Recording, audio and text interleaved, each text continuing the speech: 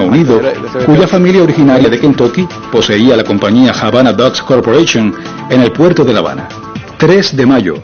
Otra demanda fue presentada por la compañía petrolera ExxonMobil contra las compañías cubanas Cimex Cupet en una corte federal del Distrito de Columbia. Exxon reclama compensaciones para la refinería y otras instituciones que le fueron nacionalizadas en Cuba al negarse a refinar el petróleo soviético adquirido por Cuba. Bueno, son las que se han presentado hasta este minuto en tribunales federales de Estados Unidos. Una en Nueva York, otra en el Distrito de Columbia. Y sería bueno recordar, para que refresquemos la historia y sobre todo para las generaciones más jóvenes, por qué fue nacionalizada en Cuba la refinería de Exxon. Un documento del Departamento de Estado norteamericano con fecha 1 de julio de 1959 rezaba: el gobierno de Castro no es del tipo que merezca salvarse. Se comenzó limitando la cuota azucarera que Cuba vendía a Estados Unidos hasta concebir un llamado Programa de Presiones Económicas contra el régimen de Castro, emitido en marzo del 60 desde el mismo Consejo Nacional de Seguridad norteamericano. La cuota azucarera sería suspendida poco después. Era el prólogo del bloqueo económico sobre la isla. El gobierno cubano se ve obligado a buscar nuevos espacios y mercados en ejercicio de su soberanía. Cuba vende azúcar a la Unión Soviética. Se inicia una relación de solidaridad que rebasa los marcos comerciales. El gobierno norteamericano da un nuevo paso, intentando provocar una crisis energética en el país. Ordena a sus refinerías no procesar el crudo enviado por el Estado cubano, en su mayor parte de procedencia soviética. La respuesta cubana conduce a las primeras intervenciones de las refinerías extranjeras.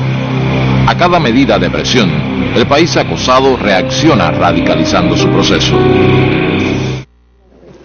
Bueno, así refleja este fragmento del documental Los 4 años que estremecieron al mundo, uno de los documentales que integra la serie Caminos de Revolución del ICAI y que recoge momentos cruciales de la revolución en estos 60 años, especialmente los primeros 4 años que fueron los grandes años de las transformaciones revolucionarias en el país y que significaron, por supuesto, enfrentamiento directo con Estados Unidos, especialmente después del 17 de mayo, la firma de la Ley de Reforma Agraria, la primera gran nacionalización en el país, el momento en que Cuba cruzó el Rubicón, como ha dicho Raúl, y se puso de bruces frente a Estados Unidos, que no iba a permitir que un gobierno prácticamente cerca de sus costas pues tomara medidas que iban contra los grandes latifundios estadounidenses. Una situación que sin duda pues marcó ese devenir de las relaciones entre Estados Unidos y Cuba y que ha llevado a esta implementación del bloqueo primero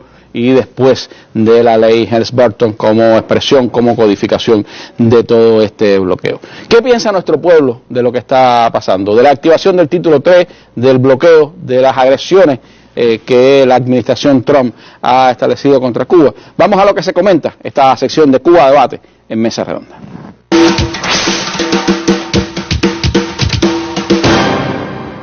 La salida de las posibilidades de ellos, de Cuba, de las posibilidades de ellos en sus manos con el triunfo revolucionario que llegamos a ser un país completamente soberano. Y eso para ellos le dolió y le va a doler a casi todos los representantes de ese gobierno. Ahora la aplicaron porque nadie le dice que no a Trump, pero realmente no tiene jurisdicción sobre Cuba. Que no debiera ser, porque no solo a Cuba, ahí afecta al mundo entero, a todos los países del mundo, todos los que cooperan con Cuba, ellos lo afectan también, no solo a Cuba. La política es algo a veces incomprensible, pienso así. Y esto es una locura. Yo no pienso que a esta altura nadie vaya a venir aquí o nosotros nos dejemos quitar lo que con tanto esfuerzo se ha conquistado, que no es inadmisible. No, tiene varias implicaciones, no contra Cuba, porque ellos no van a venir a cruzar el charco para venir a quitarle las casas a las demás o los negocios, pero sí van a bloquear las cuentas de que los inversionistas que están en Cuba le van a bloquear las cuentas en los bancos norteamericanos y va a afectar de una forma, vamos a decir, a esos extranjeros que están invirtiendo en Cuba, llámese España, llámese Argentina o cualquier otro país, que sí le pueden bloquear las cuentas, pero ellos no van a venir aquí a quitarle el cine Riviera al ICAI, porque no tienen valor para eso. Y los mismos norteamericanos deberían de permitir eso, ¿comprende? Porque hasta muchos de ellos los falta también. Ese hombre vino a hacer mal, a hacer daño al mundo entero. Y yo estoy en contra, rotundamente en contra de esa ley, y estoy apoyando mi socialismo, que por lo que hemos luchado y lo que estamos viviendo.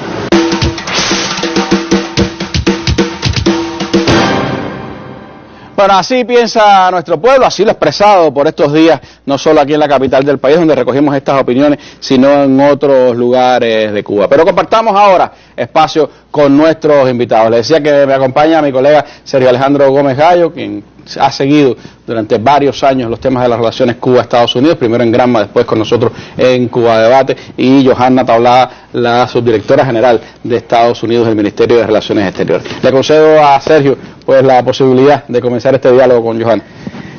Randy, uno no puede otra cosa que admirar cuando escucha la opinión de nuestro pueblo, el conocimiento que ha ido ganando respecto a el complejo entramado de agresiones que tiene Estados Unidos contra nosotros, y los invito también a que se pueden acercar a Cuba Debate. Siguen ahí la multiplicidad de trabajos con distintos enfoques el esfuerzo que estamos haciendo para ampliar los conocimientos sobre esta ley, pero hoy tenemos la suerte, el privilegio de contar aquí con Johanna. Y la primera pregunta tiene que ver con algo que comentaba uno de los entrevistados. Estados Unidos y quienes promueven esta ley dentro de los Estados Unidos intentan hacer ver al mundo y a los cubanos también de que está diseñada para afectar únicamente a la dirigencia de la revolución, a los dirigentes, a los militares. Pero ¿cómo afecta esta ley al ciudadano cubano, al ciudadano común? Buena pregunta. Bueno, encantada de estar aquí nuevamente. Realmente, en casi todos los temas que tienen que ver con la política de Estados Unidos hacia Cuba, lo que se dice y lo que se alega como la verdadera razón por la que se toma una u otra medida, casi nunca tiene que ver con la verdad. Es decir, casi siempre se dice una cosa y lo que ocurre es otra. Y vivimos en un mundo en que las percepciones llegan a convertirse hoy en las realidades, pero en el caso de la Helms-Burton precisamente es lo contrario. Es decir, esta es una legislación que, al igual que el bloqueo, que al igual que ese famoso documento de Mallory que la Cancillería utiliza una y otra vez para recordarle y denunciar ante el mundo cuál es el verdadero propósito de la política de agresión contra Cuba, de la guerra económica, de las campañas de aislamiento diplomático, fracasadas todas también, de todo lo que tiene que ver con la manipulación mediática de lo que pasa en Cuba y de la demonización del proyecto revolucionario cubano. En realidad lo que pretende precisamente es hacer tan difícil la vida del pueblo, de que llegue aquel día en que las personas cansadas de que su vida cotidiana, de que la economía se asfixie, de que colapsen sus servicios, su sistema social, su sustento, es decir, se sientan o cansadas o enojadas, y que eso llegue a ser lo suficientemente fuerte como para lograr lo que ellos no han logrado hacer en 60 años. Es decir, ya parten de reconocer de que esta es una revolución que desde el 1 de enero del 59 es un proceso que tiene un fuerte respaldo popular, precisamente porque responde a demandas históricas de la población que van tan allá como de la época colonial, como de la tarea inconclusa de nuestra independencia. Este es un país, y me gustó mucho que se pusieran imágenes de la historia y llegar al 59, es decir, el solo hecho de decir como un país que ha luchado por su independencia 30 años, donde ha perdido 1/3 de la población, donde ha quedado devastado por una guerra colonial, a los 50 años vuelve a luchar, bueno, pues por eso mismo, porque nada ha marcado quizás la historia de Cuba tanto como la lucha y la defensa de su independencia y de su soberanía. En el año 1898 Cuba alcanza su independencia, pero no su soberanía. Somos ocupados 4 años, el 70% de las mejores tierras pasan a Estados Unidos, los grandes recursos del país, desde los teléfonos hasta el agua, hasta las comunicaciones, y todo eso está detrás y enfrente de lo que está pasando. Es decir, el verdadero propósito de la ley no es solo afectar al gobierno, es decir, es afectar al gobierno por cuanto le hace difícil articular su gestión, que tiene que ver en una isla, por ejemplo, la ley de Helms-Burton, que ataca muchísimas cosas desde el principio, no ahora que se activa completamente a su máxima capacidad el título 3, es decir, desde el año 96 y desde el año 59 y desde el año 61 en que se dicta oficialmente por Kennedy el bloqueo. Realmente hay una condena a muerte a un proceso que ellos no aceptan convivir con él. y por tanto se le ataca desde todos los flancos posibles, se le ataca económicamente, se le ataca políticamente, se le ataca mediáticamente. Y si no fuera así, pues no se castigaría un barco que toca puerto cubano que tenga que pasar 6 meses sin tocar los puertos de la primera economía del mundo, o no se le prohibiría a un inversionista extranjero o a un comerciante que le venda a Cuba cualquier producto que tenga más de 20% de componente americano. Y para cerrar la pregunta y tratar de responder un poco más cortico, ¿qué habría hecho Cuba si no hubiéramos perdido los 4.000 millones que no ingresaron en la economía cubana en el 2018? Y dejamos la historia sin olvidarla nunca, porque tenemos que saber de dónde venimos si queremos saber hacia dónde vamos, pero ¿qué habría pasado con la economía cubana si en el año 2018 hubiéramos recibido los 4.000 millones que perdimos por culpa del bloqueo? Nunca sabremos. Es decir, hay cálculos y estimados bastante cercanos a lo que nuestro país ha perdido, pero nunca sabremos cuántos inversionistas no dieron el paso de venir a Cuba, como decía, como tú dices, y con esa picardía y sabiduría y educación y cultura que tiene el cubano, y esa cultura es la que precisamente nos salva una y otra vez de todos estos inventos y de todas estas de todos estos planes macabros, porque al final, aunque uno sepa que van a fracasar, hay un costo humano, hay un costo económico, hay un costo que es innecesario y que es duro, y que todo el mundo sabe, porque estamos educados, es decir, a quién responsabilizar por ello, pero que por otra parte uno dice que por la ignorancia, que por el deseo de venganza, que por la soberbia de unos pocos, porque tienen que verse afectados tantas personas. En primer lugar, nuestros 11 millones de cubanos, el pueblo al que todos pertenecemos, pero también el pueblo estadounidense, que estaba muy entusiasmado con ese proceso ya iniciado de mejorar la relación con Cuba, y por supuesto la comunidad internacional, que por 27 años se ha proyectado en favor del levantamiento del bloqueo. Daños económicos y humanos multimillonarios, Johanna, que de todas formas están recogidos en sentencias del Tribunal Provincial de La Habana, y que son parte también de esos documentos que en cualquier negociación habrá que acudir frente a las relaciones, en el medio de las relaciones entre Cuba y Estados Unidos, que yo invito también a que revisitemos en Cuba Debate, en otros lugares, en otros medios de comunicación están esos históricos documentos. Pero mirando hacia la historia, parte de las cosas que se aducen, bueno, cuando se adoptó la ley, por supuesto, una ley que fue financiada por Bacardí, que tuvo varios abogados de Miami. Esa ley tenía entre sus propósitos, por supuesto, no solo incluir a las empresas norteamericanas que habían sido nacionalizadas, sino salvar a los batistianos que habían sido expropiados por la revolución. Pero hay términos que se vuelven a utilizar y se sacan una y otra vez, y es que se habla de nacionalizaciones o expropiaciones ilegales, y se habla de tráfico con propiedades. ¿Es exactamente así? ¿Hay algún sustento en esa posición de Estados Unidos para esta ley? Muy brevemente, para que no se me olvide, quisiera decir primero que el proceso de nacionalizaciones cubanas se hizo conforme a derecho, no solamente al derecho de Cuba y a la legislación cubana, sino al derecho internacional contemporáneo. La figura de la nacionalización es una figura reconocida por el derecho internacional. Incluso hubo proyectos o procesos en otros países más radicales que no contemplaron siquiera la figura de la compensación. El nuestro sí. Y la prueba más importante fue que aquellos países fuera de los Estados Unidos y una empresa británica que rechazó en solidaridad con una hermana empresa estadounidense la negociación, todos los países que tenían grandes propiedades en Cuba, que fueron afectadas por ese proceso de nacionalizaciones, cuyo espíritu es precisamente el espíritu de justicia social y de reivindicación de esa distribución de la riqueza incorrecta que se hace a inicios de siglo con esa neocolonia que nace torcida por los 4 años de ocupación, por la enmienda Pla y todo eso que sabemos. Es importante decir que si alguien quisiera una prueba, tendría que ver nuestra relación con España, que terminamos de pagar en un acuerdo, lo que se llama acuerdo de suma total, hasta el último centavo de esos acuerdos que se negociaron, por los cuales fueron compensados los propietarios. Pagamos con Suiza, lo hicimos con Canadá, lo hicimos con Reino Unido. Y esos países, muchas de aquellas empresas que en un momento estuvieron en Cuba, se marchan en el proceso de las nacionalizaciones, que por supuesto de todas maneras es un proceso dramático, fuerte, pero cuando digo en el sentido de que bueno, es alguien que en este momento, pero esas personas aceptaron, y esos propietarios, la negociación y sus gobiernos también, porque era legal. y muy pocos años después vuelven a Cuba. Y no es por gusto que por ahí se vende el helado Nestlé producido en Cuba. La Nestlé fue nacionalizada.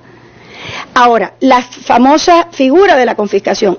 Los cubanos que son también, hay dos grupos. Hay el grupo de los malversadores, y por eso la ley Helms-Burton, Ricardo Alarcón lo dice mucho y con razón, la ley Helms-Burton marca la fecha del 1 de enero del 59 como la fecha que la Helms-Burton recoge en ese engendro y aberración jurídica lo que no recogía ni el derecho internacional, ni recoge aún, y lo que no recogía la ley estadounidense.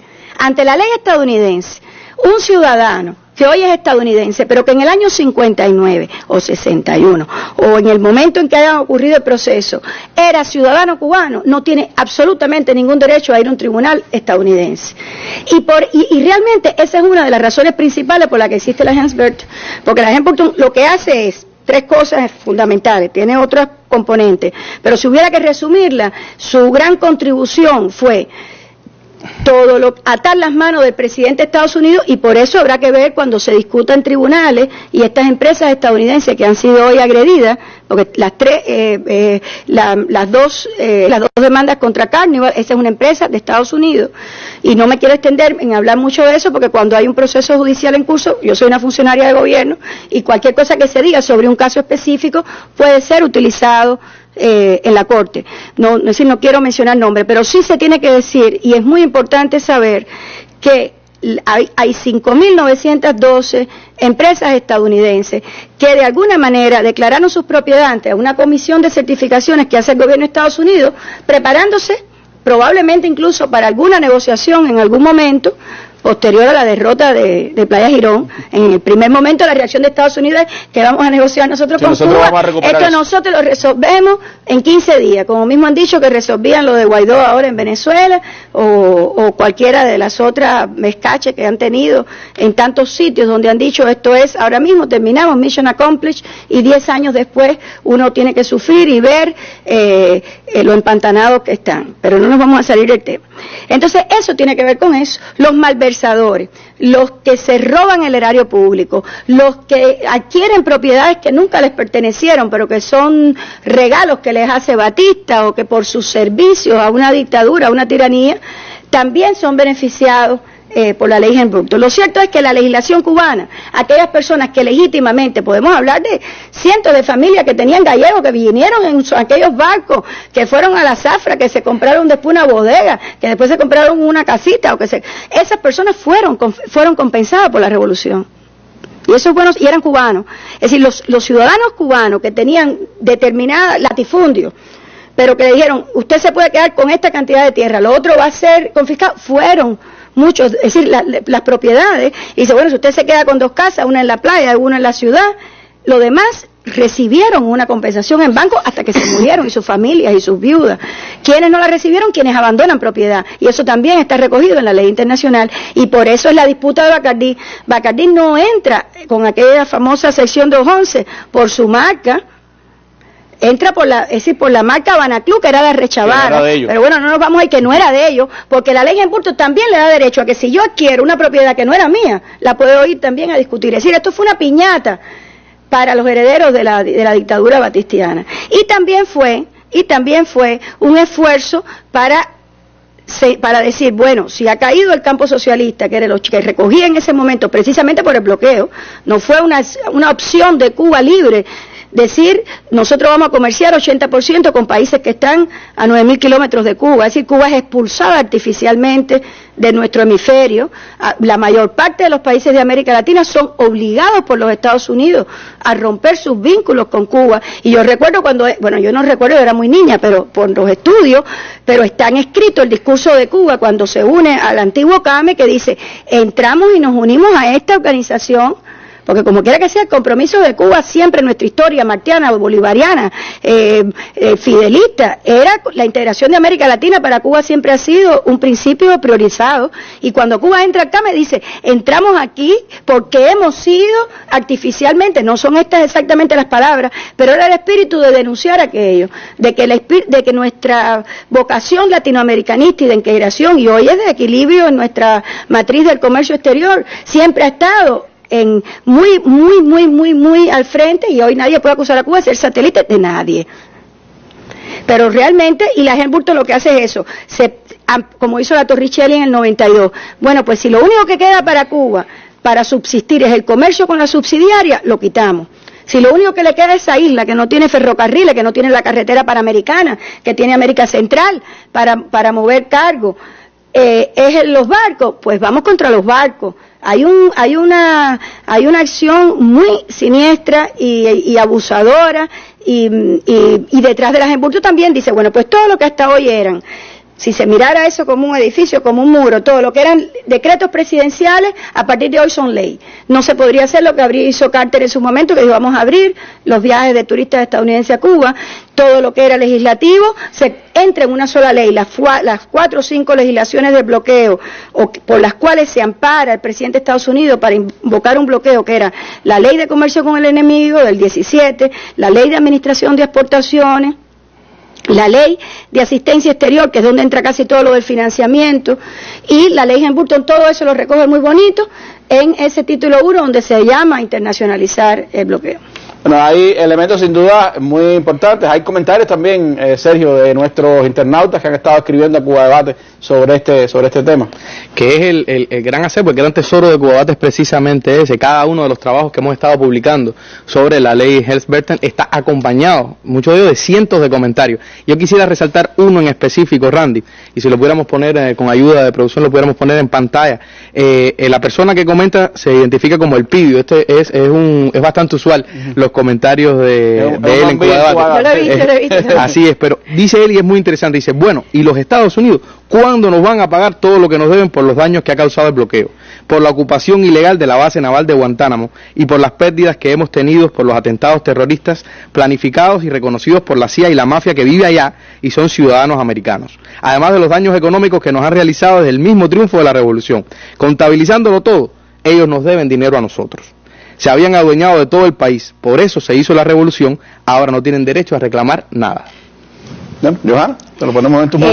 Bueno, hay una ley en Cuba, nuestra ley 80, que se aprueba precisamente después de la Helms-Burton, porque se conoce que la política exterior de Cuba siempre ha mantenido una disposición a una negociación, a un diálogo con Estados Unidos, para, sobre la base del respeto y la igualdad y el respeto a nuestras diferencias, solucionar diferentes temas que han estado en esa relación conflictiva de tantos años. Pero lo cierto es que cuando se hace cuando se aprueba un demonio como esta cosa, porque es verdad que cuesta trabajo decirle ley a algo así, que ahorita traté de decir, pero me fui por otra parte, que incluso es violatorio de la Constitución de los Estados Unidos, probablemente, y veremos algunos casos que pueden ser de que no dé lugar.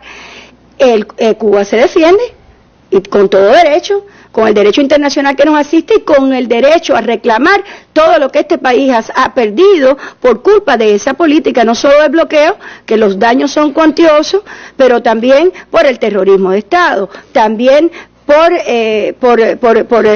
el costo que ha tenido esa política. Lo cierto es que cuando se abre por primera vez en nuestra historia, y digo que la historia no es solamente de la revolución, en la historia, la posibilidad de entrar en un proceso que fue corto pero fue importante para sentar bases que en algún momento futuro yo creo que se retomarán, y que no fue perfecto, por supuesto, porque se mantenía el bloqueo, porque incluso las propias prerrogativas que pudo haber tenido el presidente Obama. Cuba, con razón, una y otra vez le dijo que no las empleó a su máxima capacidad en cuanto a las disposiciones presidenciales que se podía haber tenido, pero lo cierto es que en esos 22 acuerdos que se alcanzaron, los cuales todos tienen absoluto valor que lo tuvo en ese momento, lo tiene ahora y lo tendrá en lo adelante, porque no hay una sola coma ni un solo punto que no se haya negociado entre Cuba y Estados Unidos en ningún tema en el cual no haya sido en igualdad de condiciones. Así que nuestros hijos y nuestros nietos, cuando miren esos documentos, verán representado a un pueblo digno. No van a ver nunca algo que se le dio derecho a ellos que no tuviéramos derecho nosotros, sea medio ambiente, sea aplicación de la ley, sea rescate y salvamento. Esos son instrumentos que los quieren hoy volar de un plumazo los una palabra diplomática, los personajes que están hoy a cargo de la política exterior hacia Cuba, quienes se le han encomendado eso, son precisamente en lo que podría ser un gran conflicto de interés en cualquier otro país, aquellos que fueron parte de todos los equipos que escribieron la Helms-Burton. Es decir, entre el grupito que está hoy subcontratado para tratar con Cuba, con América Latina, hay muchas caras conocidas de aquellos años. Y que también están vinculados al plan. Y lo cierto, Bush, te iba a decir es que entre esas conversaciones tuvo 3 rondas de conversaciones sobre nacionalizaciones y compensaciones mutuas. Y ahí le puedo decir al Pidio, el comentarista, que Cuba sí ha levantado siempre en la mesa con Estados Unidos, de acuerdo, estamos dispuestos a conversar, reconocemos el derecho que le asiste a las empresas estadounidenses de poder ver satisfechos algunos de sus reclamos, pero eso entraría en una negociación Estado con Estado, donde entra también todas las reclamaciones que tiene el pueblo cubano por las pérdidas económicas, de vidas y de heridas. Bueno, gracias Johanna, gracias César, hacemos un alto en esta conversación y regresamos en breve con ustedes.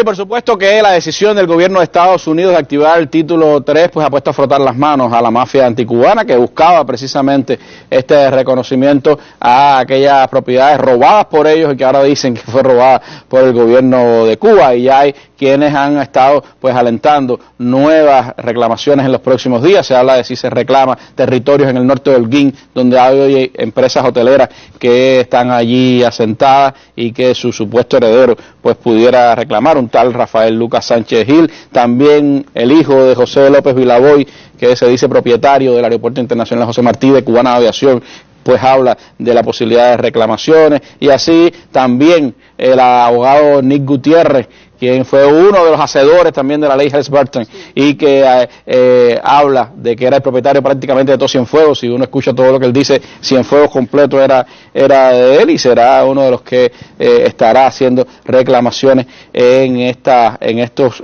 juzgados norteamericanos. Por cierto, que la primera demanda había dicho incorrectamente, me traicionó el subconsciente, que era en Nueva York, fue en Miami, la de Carnival, y en Columbia, en Washington, fue la que se presentó por parte de Exxon. Pero este es un tema, por supuesto, que ya está, como decía Sergio, en el conocimiento popular.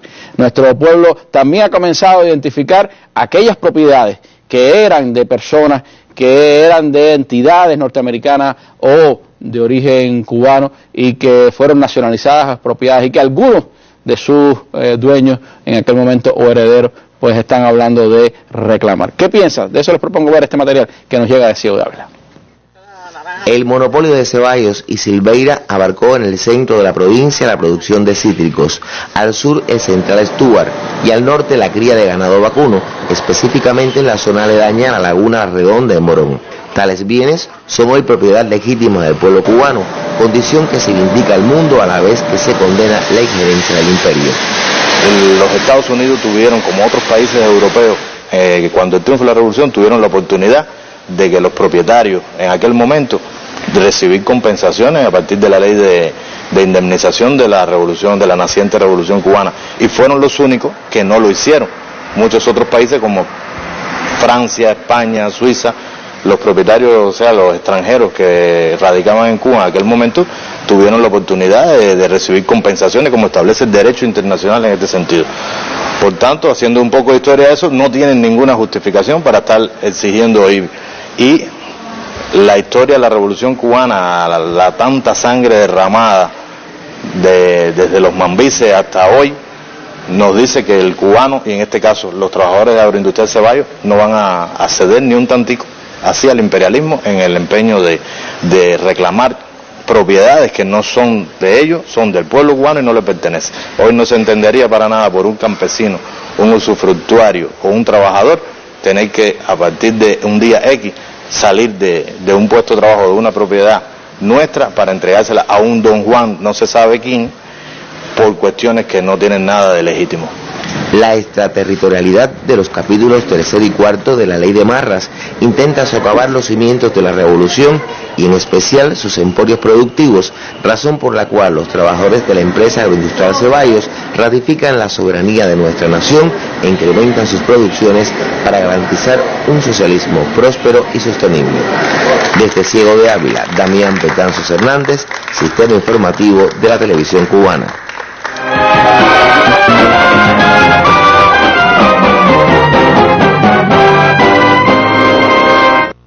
Bueno, y tengo contacto ahora con el reconocido abogado español Hermenegildo Altozano, quien es asesor de diversas empresas internacionales y quien además pues trabajó en muchas de las cuestiones que Europa ha tratado de legislar en función de enfrentar la ley Helms-Burton. Bienvenido, Hermenegildo, a nuestra mesa redonda. Buenas tardes para usted. Y me gustaría preguntarle cómo cree que van a reaccionar los tribunales de Estados Unidos a estas demandas que ya se están presentando en esos tribunales.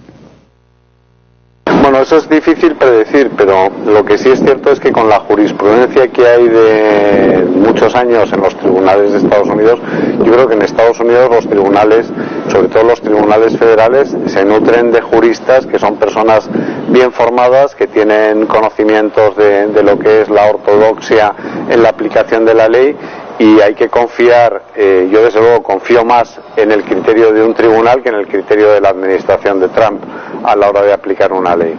Pero es que lo que sí es cierto es que para poder demandar, para poder presentar una demanda, primero hay que registrar esa demanda y no pueden ser demandas frívolas, con lo cual el reclamante tendrá que probar que que su propiedad, lo que dice que fue su propiedad en su momento, efectivamente le pertenecía, que fue objeto de una nacionalización, que la nacionalización se produjo sin pago de compensación o sin ofrecimiento de compensación, que ese reclamante tenía la nacionalidad de Estados Unidos antes del 12 de marzo de 1996, que justamente la persona que está o la entidad que está invirtiendo en esa propiedad lo hace knowingly and intentionally, que además ha recibido una notificación. Es decir, no es un camino sencillo. Y luego, por otra parte, hay que tener en cuenta que Estados Unidos tiene reglas de jurisdicción sobre qué empresas se pueda entender que tienen jurisdicción en Estados Unidos. Hubo un caso famoso de Daimler en el que se considera que por no tener la sede en Estados Unidos no se le puede demandar en Estados Unidos,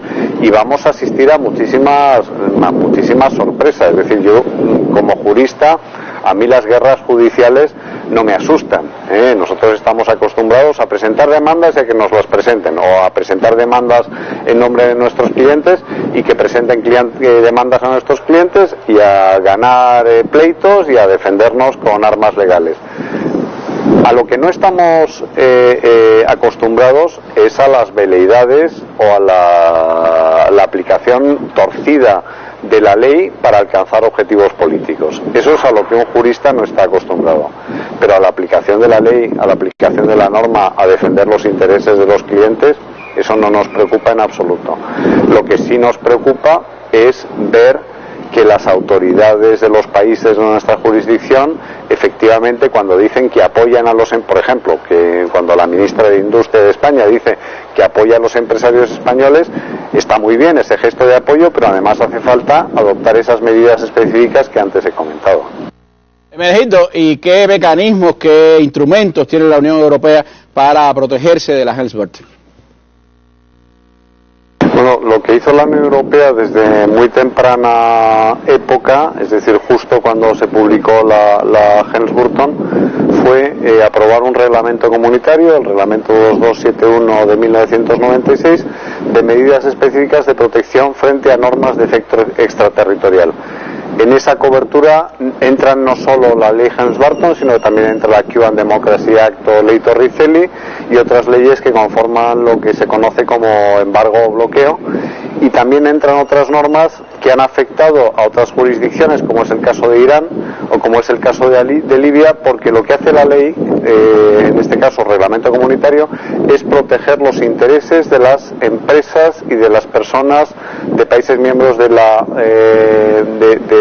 que pertenezcan o que tengan la nacionalidad de alguno de los países miembros de la Unión Europea en sus intereses en el exterior. Es decir, lo que hace la Unión Europea con este instrumento normativo es proteger sus intereses, porque entiende que los intereses de sus nacionales en el exterior son los intereses de la propia Unión Europea frente a los ataques que representan normas de efecto extraterritorial, como es el caso de la ley Helms-Burton. Hablando de enfrentar esa ley, hay instrumentos jurídicos, como usted ha dicho, pero ¿cree que haya otras posibilidades de ir a una ofensiva ante la ofensa de Estados Unidos contra los empresarios y los ciudadanos europeos y de otras partes del mundo? Bueno, yo creo que en el lenguaje que se emplea en esta guerra posmoderna, ¿no?, en esta guerra por otros medios, que son las guerras comerciales o donde se aplican sanciones de naturaleza económica, lo que hay que hacer es mostrar medidas específicas que hagan ver a quien está utilizando los mecanismos de la ley Helms-Burton que no sale gratis utilizar esos mecanismos. Por ejemplo, la Unión Europea podía adoptar una norma que reprodujera los efectos del título cuarto y que impidiera la entrada en el territorio de la Unión Europea a aquellos que demanden al amparo de la ley del título 3 de la ley Helms-Burton o a sus asesores, intermediarios, abogados, etcétera. Otra cosa que puede hacer la Unión Europea y los países miembros de la Unión Europea es no tramitar, desde el punto de vista, no realizar ninguna notificación por medio de las autoridades de los países miembros de la Unión Europea que se base en el título tercero de la ley Helms-Burton. Otra medida específica que se puede adoptar es, puesto que la ley Helms-Burton lo que persigue es provocar efectos políticos por medio de la coerción económica, alentar la inversión y alentar el comercio de las empresas y de los ciudadanos que sean de países miembros de la Unión Europea. ¿Con qué mecanismos? Por ejemplo, cobertura de seguro de inversiones en el exterior, por medio de financiamientos en aquellos casos en los que las entidades financieras puedan sucumbir a la presión de Estados Unidos, pues que haya instituciones financieras como el Banco Europeo de Inversiones, como es el caso del Instituto de Crédito Oficial en España, que presten ese financiamiento a los empresarios y a las entidades que quieran desarrollar proyectos de inversión en Cuba. Y luego, algo que ya se está haciendo y que es muy importante son los mensajes, es decir, que en todos y cada uno de los foros posibles se ponga de manifiesto la oposición a la ley Helms-Burton. Bueno, hablando de mensajes, doctor Hermenegildo, ¿qué mensaje le envía usted a los empresarios europeos, españoles que están interesados en invertir en Cuba ante una amenaza como la Helms-Burton? Yo les diría primero tranquilidad, es decir, lo que decía Sun Tzu, que la mejor manera de estar prevenido frente a un ataque del enemigo es conociendo ese ataque. Es decir, decía Sun Tzu en El arte de la guerra, como decía, conoced la forma de ser vencidos y estaréis siempre seguros de salir victoriosos, que es un poco ese refrán cubano de guerra avisada no mata soldado. Es decir, si uno sabe, si uno conoce en qué consiste la ley Helms-Burton, porque además, claro, uno de los elementos con los que han jugado los patrocinadores de la Helms-Burton es crear ese ambiente de inseguridad jurídica, de incertidumbre, de que la gente no sepa muy bien qué es lo que pasa, que no sepa muy bien cuáles son las consecuencias. Es decir, en el momento en el que tú sabes que a lo que te puedes enfrentar potencialmente es a la demanda de un antiguo propietario que reclama una cantidad de dinero como indemnización, ahí hay muchas vías de defensa. Yo le diría a los empresarios españoles y a los empresarios europeos, primero, que tengan calma, porque hay un reglamento comunitario que les protege, que les permite demandar ante cualquier tribunal de un país miembro de la Unión Europea aquel que le haya demandado al amparo de la ley Helms-Burton, que le permite recobrar con los bienes que ese demandante pueda tener en la Unión Europea cualquier indemnización que haya tenido que pagar, y que además tiene una norma que le prohíbe cumplir con la ley Helms-Burton. Y luego también el mensaje que lo extendería hacia las autoridades de Cuba, que tienen la responsabilidad de manejar la inversión extranjera, es que se agilicen los trámites. Es decir, la mejor manera de contrarrestar una ley que busca privar a Cuba de inversión extranjera es estimulando y admitiendo la inversión extranjera y haciéndola un camino más fácil. Yo desde luego a ninguno de mis clientes les recomendaría que dejaran de invertir como consecuencia de la ley Helms-Burton. Podrán dejar de invertir porque el negocio objetivamente no es bueno, o porque resulta que no te pones de acuerdo en los términos de un convenio de asociación, pero desde luego por el obstáculo de la ley Helms-Burton yo le diría a todos los clientes y potenciales clientes: no dejen ustedes de invertir en Cuba. Bueno, muchísimas gracias, Hermenegildo Altozano, por esta deferencia, esta entrevista con Cuba Debate y la Mesa Redonda, y por supuesto empresarios que también son amparados por la ley cubana. La ley 80 protege a quienes inviertan en nuestro país y no pueden ser esquilmados, no pueden ser enfrentados por la ley Helms-Burton. Gracias a usted por esta entrevista.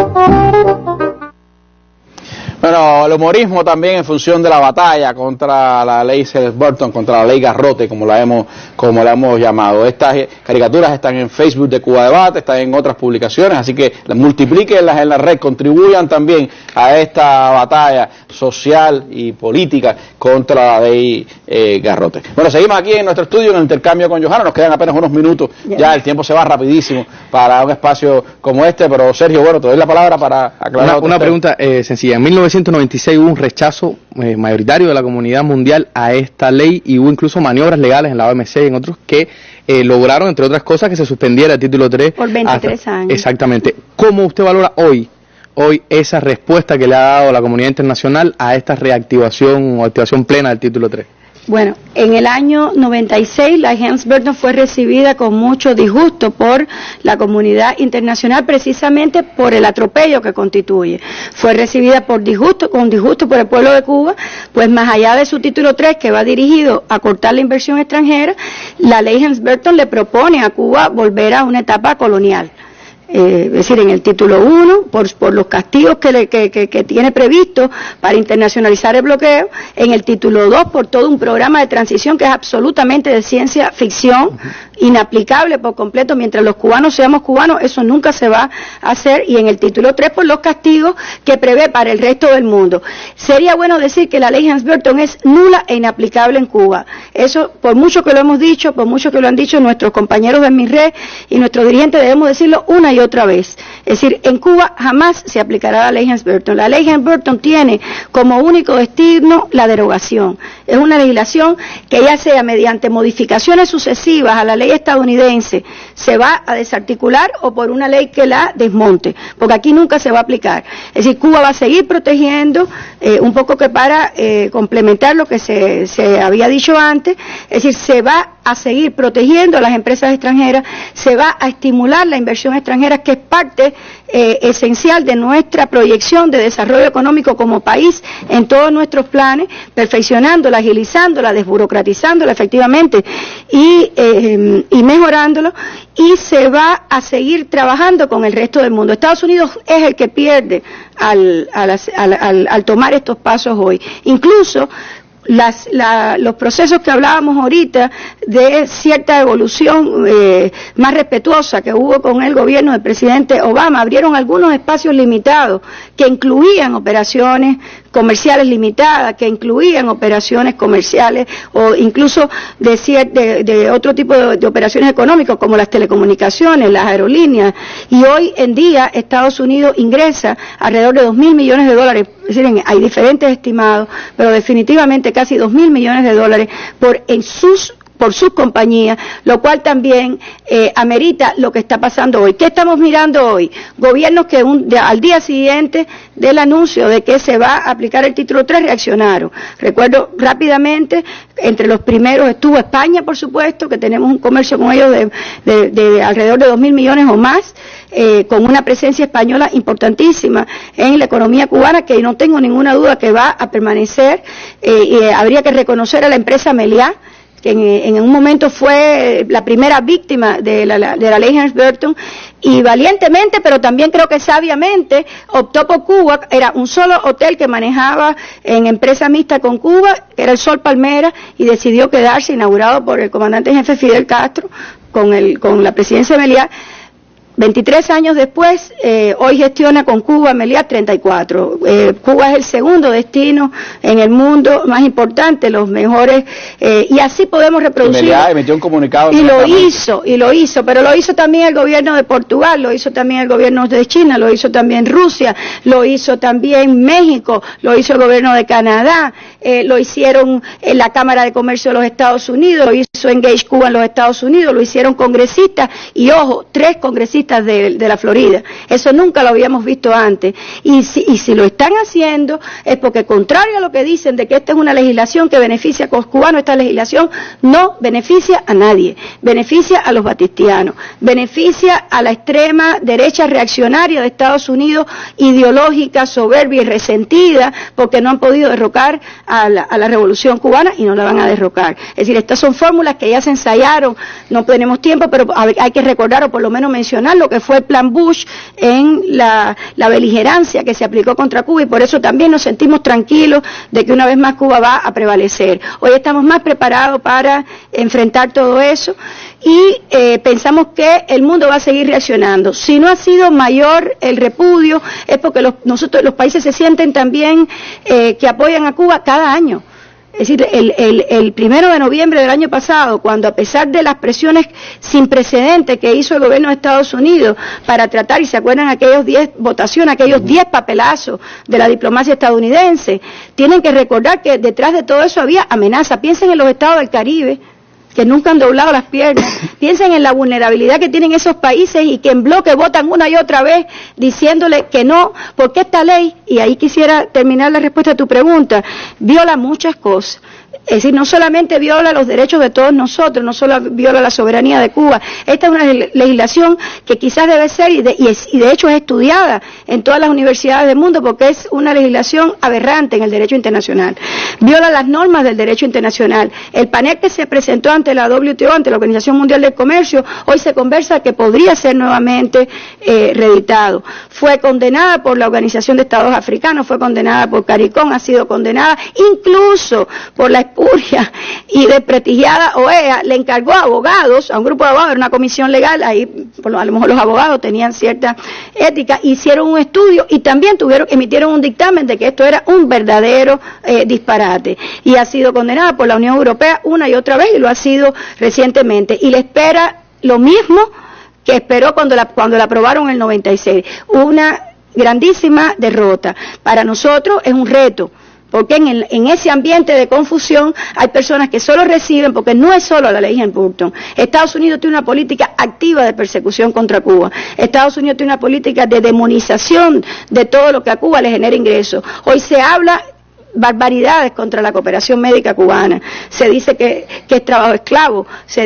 Que vayan y le pregunten en las 10.000 aldeas de este mundo donde trabaja un médico cubano, muchas veces solito, cómo llegó hasta ahí, cómo se hizo médico, quién lo obligó a llegar a África, quién lo obligó a llegar a ese lugar de América Latina, y qué qué cosa vil, junto con la Gen Burton, es o culpar a Cuba de que Venezuela no se cae porque ahí hay tropas cubanas que no hay, o culpar o tratar de demonizar lo que es un acto noble de ayudar a otros pueblos y que además es mérito de la cooperación sur-sur y de la solidaridad internacional, y así con todo. Y es como decía él ahorita, son inventos legales para tratar de justificar medidas políticas cuyo único objetivo es un objetivo de dominación.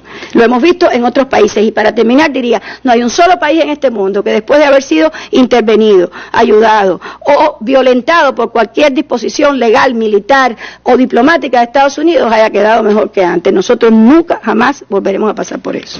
Gracias, Johanna. Ya no me queda tiempo para más. Me quedan preguntas en el tintero, nos quedan materiales que habíamos preparado para esta emisión, pero eso es muy bueno porque nos queda mucho más para seguir hablando de este engendro legal, de esta agresión política, no solo contra Cuba, sino contra todo el mundo, que es la ley Helms-Burton, y por supuesto que habrá muchas cosas más de las que seguir hablando en otras emisiones de Cuba Debate en Mesa Redonda o en las emisiones habituales de nuestro programa. Así que gracias a Giovanna por habernos acompañado, todo lo contrario, gracias a Sergio también por haber estado con nosotros, y a ustedes los vemos entonces en una nueva emisión. Mañana estaremos hablando sobre el socialismo cubano, pondremos el socialismo cubano, nuestros conceptos de socialismo sobre la mesa. Muy buenas noches.